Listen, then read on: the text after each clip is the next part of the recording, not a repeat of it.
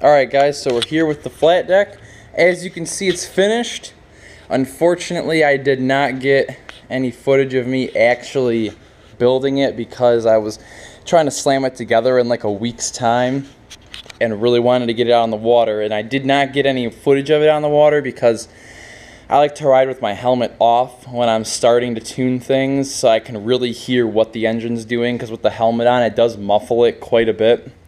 So I just figured I'd take a second, go over the build here, and I'm going to get some footage of it this weekend. So basically, I'm just going to run through the build, run through the first ride, and then hit you with another video and kind of talking about all the different pieces of it, step by step, what happened with everything.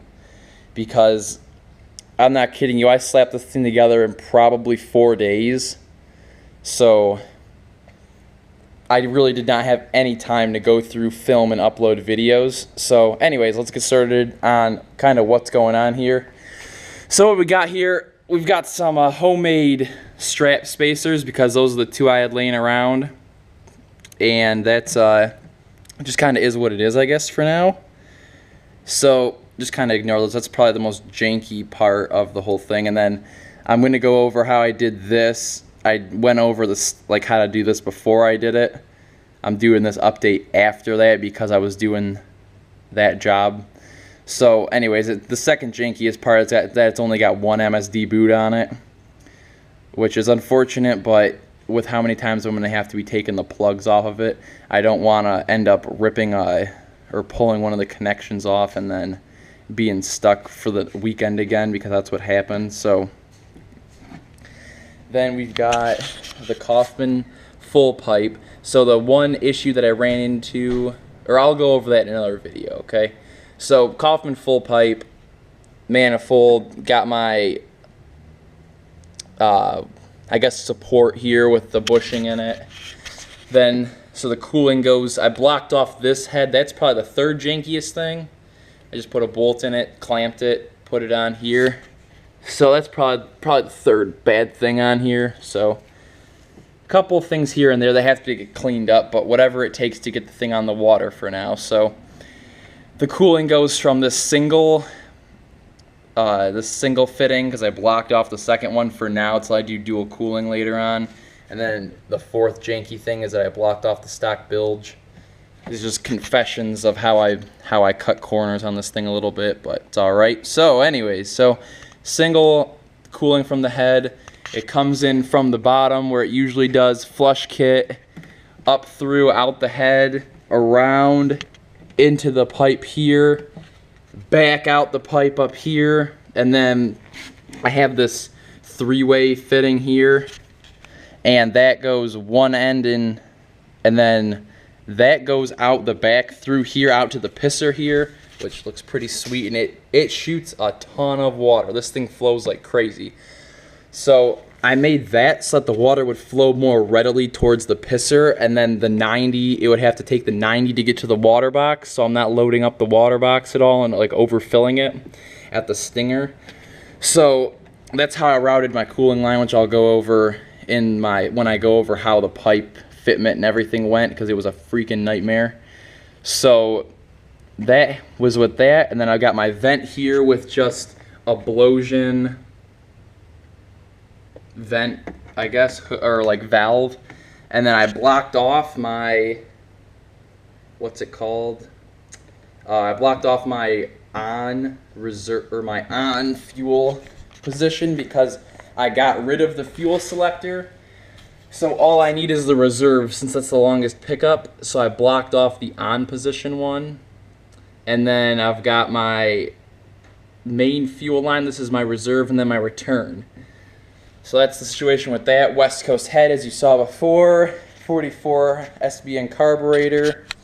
And so that's basically it. 800 rule bilge, and then down there is my bulkhead brace. I'm kind of upset I didn't get a better video of how that thing all went on, but I'll go through bulkhead brace installation. I really apologize I didn't get any footage of this thing actually going together, but I'm not kidding you.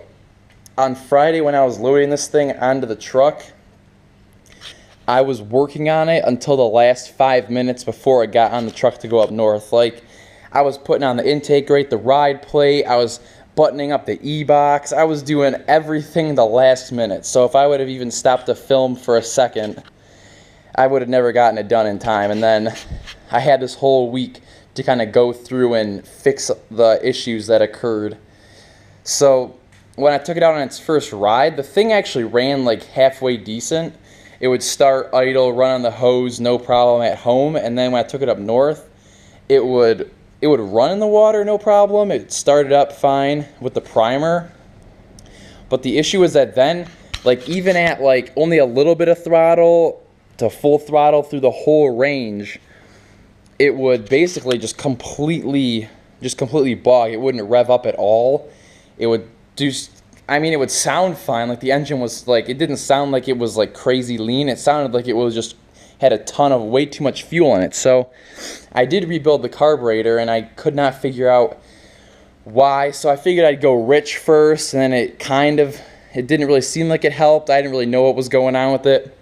So I rode it around a little bit more, and then it died out in the water, and then there was like black stuff coming out of the exhaust. So I figured this thing was like just crazy rich. So I got it limped into the shore, and then pulled the plugs on it. And of course, when I pulled this boot off, it used to have two of this boot. When I pulled this boot off, the connection ripped out of it, so I had to buy some MSDs for it. So that pretty much ended the weekend for me. But I pulled the plugs, and the plugs were like soaking wet, like black. So this thing was just way too rich, especially down low when it wouldn't even rev up. But the crazy thing is that I was like, oh, this thing feels pretty decent. Like, nothing too special with the 440 pump. Like, everyone was like raving about how crazy it would feel at top end. And I was like, oh, it's not too special. But then it was really weird. If I would hold it around half throttle-ish, and then kind of slowly pull it through to 3/4 throttle, it would almost like clear it up. And then this thing would absolutely rip for like, until I like let off again. And that was about half to 3/4, somewhere in there, throttle. And this thing felt insane compared to my red one, which is a lot of low end. So this thing is definitely, I'm thinking it's going to pull high 40s. Like, it was scary fast. So I got that. I ended up pulling the jets out of the carb here. I did a jet change on it, which, by the way, is so much easier than with my dual carburetors. It's just a nightmare with my duals. It's like a 45-minute job to change jets in that thing, and it's terrible. And on this thing, it was like probably 20 minutes max, probably 15 minutes to just pop it off, open up the plate, and get everything out of it. So when I pulled the jet on it, I could see that the main jet was like a 115, which is about where I wanted it to be. And then I pulled out the pilot jet, which, just so you know, here's like my little carb tuning kit with my extra spark plug boot in it and such. So if you don't know, the main jet is big enough that it actually has the number stamped on the face of it facing outward, so you don't even need to pull the jet out to see what it is.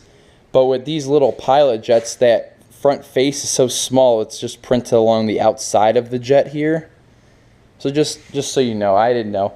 I figured that out a little bit ago, but I couldn't figure out how to tell what size jet it was. But anywho, so I pulled out the pilot jet, and it had a 120 pilot in it. So the pilot was actually bigger than the main. So that's what I'm thinking the problem was. So then I started it up just out here.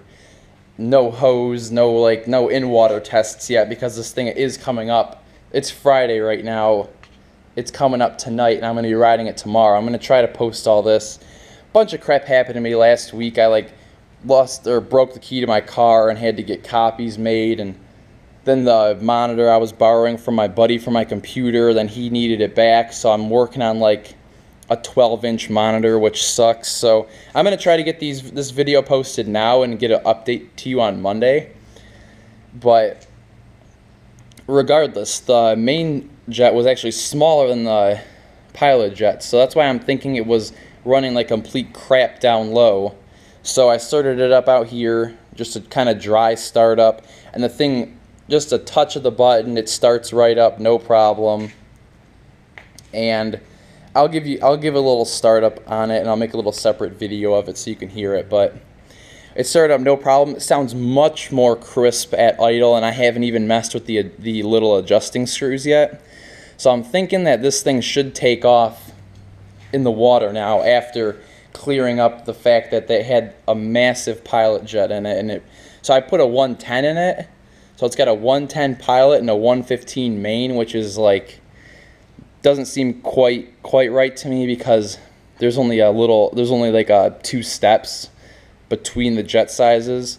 So I'm gonna change that to probably change maybe the main up to a 20. I don't really know what's gonna happen. I have to get it in the water, but regardless, here it is. And we're gonna get this thing out on the water this weekend, hopefully get it all worked out. If not, we're gonna get it close, hopefully.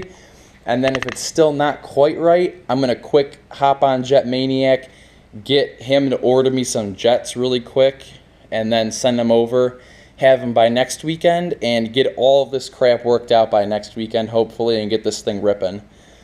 So hopefully this weekend's gonna be a very productive one, and get this thing running at least by next weekend, so I can get a couple weeks out of this thing of it running solid before I pull it back apart and do the crank seals and rebuild the crank, ADR crank, all that stuff. So anyhow, before this video runs too long, there it is. I'll do a bunch of breakdown videos showing what I've got going on with this thing, and I'll see you guys in the next one.